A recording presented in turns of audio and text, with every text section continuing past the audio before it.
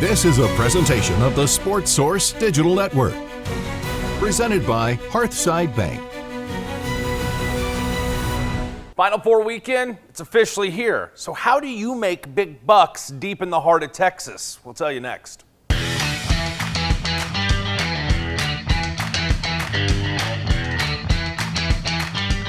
Admit it, we've kind of missed each other over the last couple of weeks, have we not? But no better time for us to make a comeback than this week ahead of San Antonio, the Alamo Dome, the Riverwalk, and Final Four weekend. Welcome inside the Sports Source Digital Network. This is action, and it's your old pal Tyler Ivens. You know what to do. Ring the bell so you know each and every time we drop a new episode. Give him 6 from Wild. We have so much incredible content that's absolutely free right here on the digital network. And on top of that, you like making money. You like all the incredible things. Comment below if we missed out on some of your favorite plays for what's going to be a skinny slate of games. When you get down to the last 4 teams, you just hope that you're getting the best basketball. And only for the second time since the NCAA expanded to 68 teams are we getting chalk with all the number 1 seeds meeting there at the Alamo Dome. I know what a lot of people are thinking. Look, if you watched the last Indianapolis series and you're wondering about how a football stadium jerking the curtain can split it in half, as somebody who has spent much of my life in San Antonio, much of my life with those 1990 San Antonio Spurs, I can tell you there's a reason why a lot of these lanes that we have today for both the matchups between Duke and Houston and Auburn and Florida are going to play out the way that they will. Trust me on this one. We have loved these plays all week, and so has the nation in Vegas, because we've seen very little line movement. If it has been small increment moves, they've been right back to the original release, and we'll find out at the end of the night just who those 2 teams are going to be playing Monday. I'll give you a hint right now.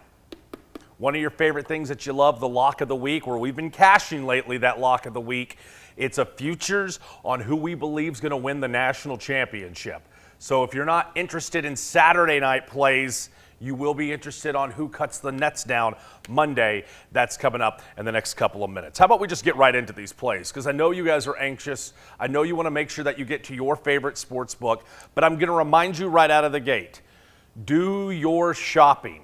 When there's 2 games and there are dozens of sports books that are legalized, hopefully in your state, you need to shop around, because you never know which free throws missed in the final seconds might be the difference between you having to reload and deposit into your account and how you're going to be withdrawing or how much you're going to be putting back into your checking account. Let's get started with the first game.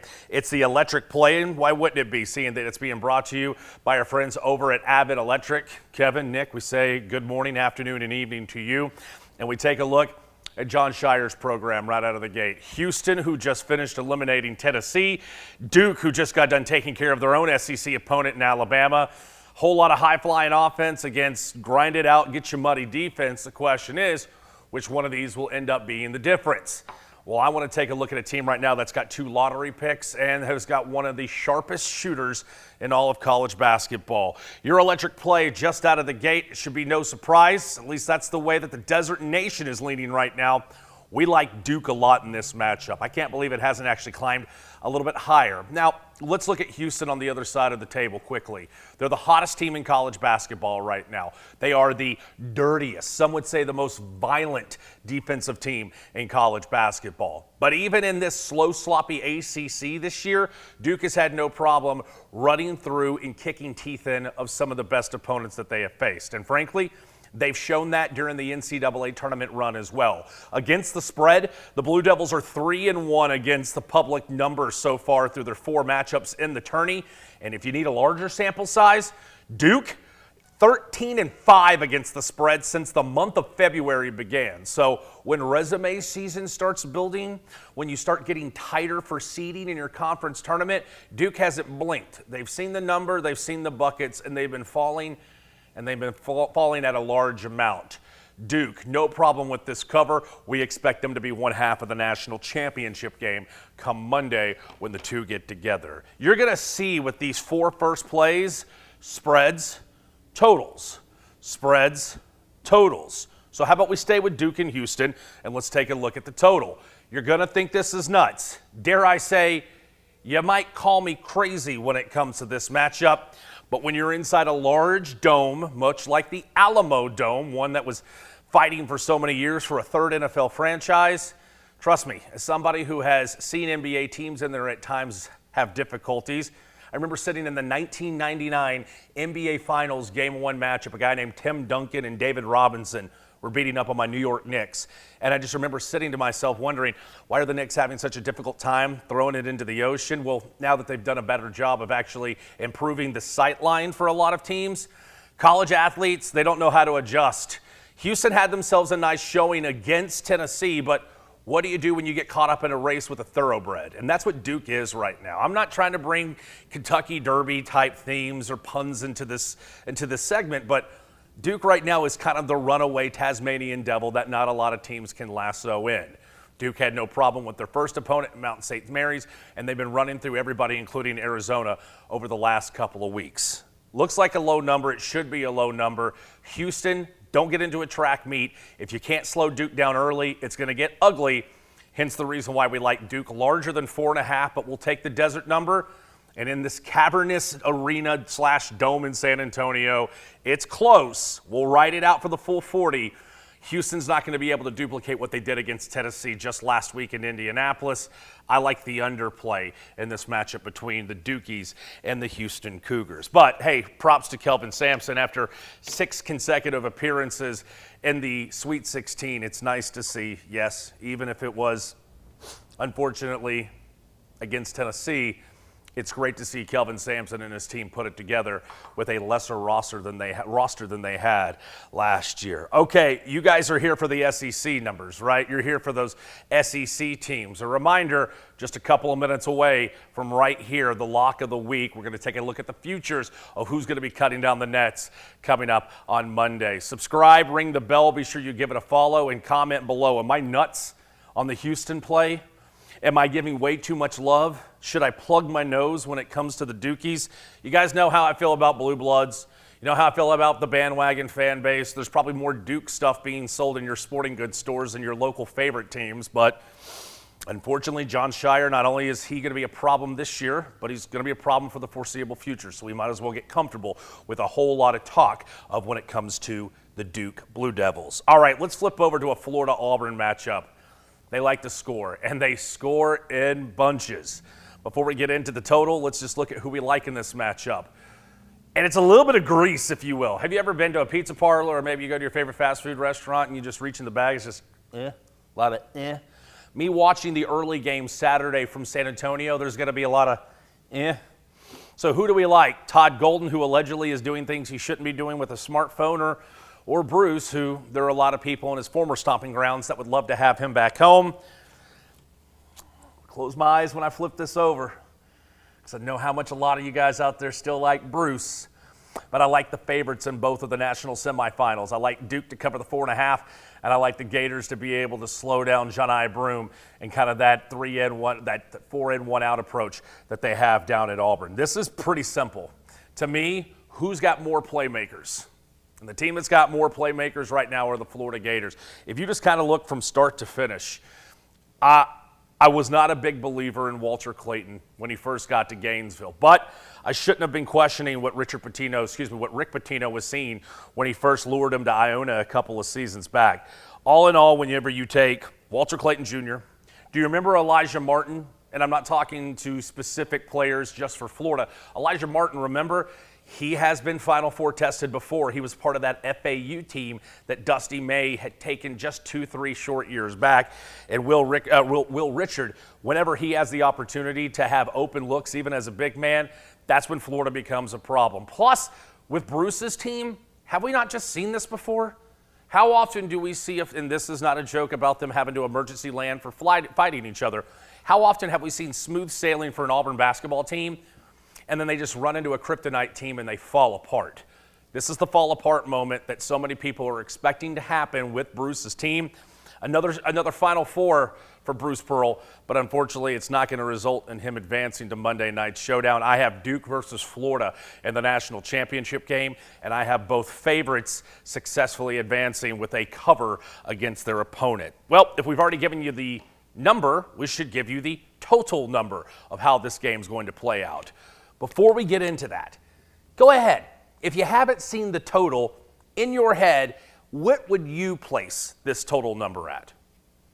San Antonio, cavernous dome, pulling the curtain, you get what I'm saying? All the things, even though it's going to be a lot larger setting. I know some people are saying they're not going to pull a curtain, Todd, it's a Final Four, but such the cavernous setting. And I know a lot of you, if you're a Tennessee fan, just saw them having to go splitsies at Lucas Oil Stadium. But what would you set this number at? Poor eyesight.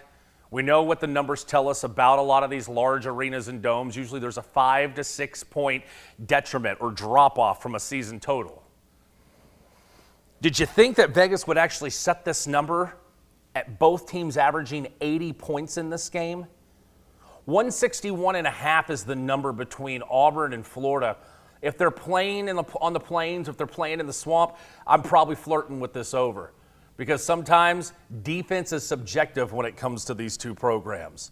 But once again, you're playing in a football stadium where you have glued in, clicked in spots on the hardwood with 2 random rims. Look, maybe I'm going to end up getting bit on one of these totals.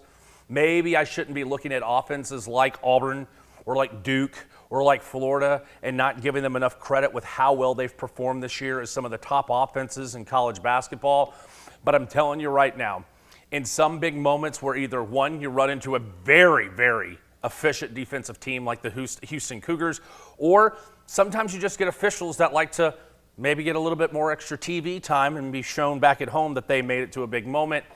I just don't believe that these two numbers are going to be eclipsed, both in the early and the late NCAA Final Four national semifinals. So if you've been following along the last couple of minutes, what do we like in these matchups? We'll recap in a moment, but we're starting to pick up on a little bit of a trend, especially when it comes to these two Final Four games between Duke, Houston, and the SEC on SEC action, that is Florida and Auburn.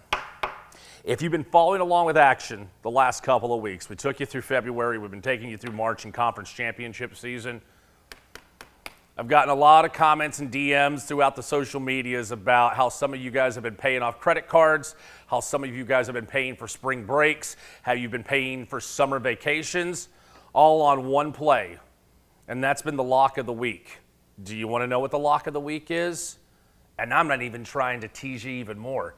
It's one of my favorite plays of the year, and you can still get it at plus money. We'll tell you what that play is, but first, who makes action possible every week here on the Sports Source Digital Network? Check this out. Advent Electric has been providing high-quality electrical contractor solutions for 46 years. From 24/7 emergency electrical services to providing skilled residential and commercial electrical contractors and everything in between. Our expert certified electricians are equipped to help you no matter the size or complexity. Advent Electric, 865-588-0631. I get excited. I rub my hands together like this because sometimes when we have such a large investment on the table and we have a play that is so juicy, you don't really want to delay. You just want to get right into it. And that is another week of the lock of the week happening right here on Action during the Sports Source Digital Network. I'll ask you one final time. If you love the content today, subscribe with the bell. Comment below if we missed a play. All great stuff, absolutely free. Hours upon hours of content right here on the Sports Source Digital Network. You're going to love this one. This massive lock of the week. All right, so let's take a look at the menu, shall we? The big board and what you need to know about Saturday and Monday, that San Antonio in the Final Four.